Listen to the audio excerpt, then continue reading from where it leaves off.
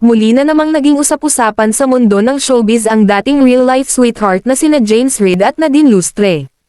Kamakailan lamang ay tuluyan nang lumantad sina James Reid at Issa Pressman sa publiko at inamin ang estado ng kanilang relasyon. Madami ang nakapansin na tila ba mukhang walang spark at parang trying hard ang relasyong James Reid at Issa Pressman. Madami ang nakapuna nito sa kanila, may mga nagsasabi na iba pa din talaga ang sweetness no ni James kay Nadine kumpara kay Issa.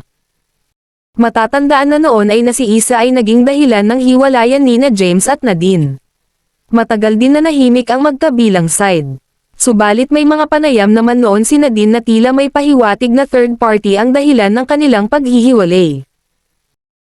Subalit may mga netizens nga ang nagkukumpare ngayon ng bawat relasyon ng dating magkasintahan na James Reid at Nadine Lustre. May mga nagsasabi na parang napipilitan lang itong si James Reid kay Issa Pressman sa dahilang alam ni James na masaya ngayon si Nadine sa piling ng kanyang bagong boyfriend na si Christopher Barrio. Kayo mga kachismosang ano masasabi nyo sa kanya-kanyang love life ngayon ni na James at Nadine?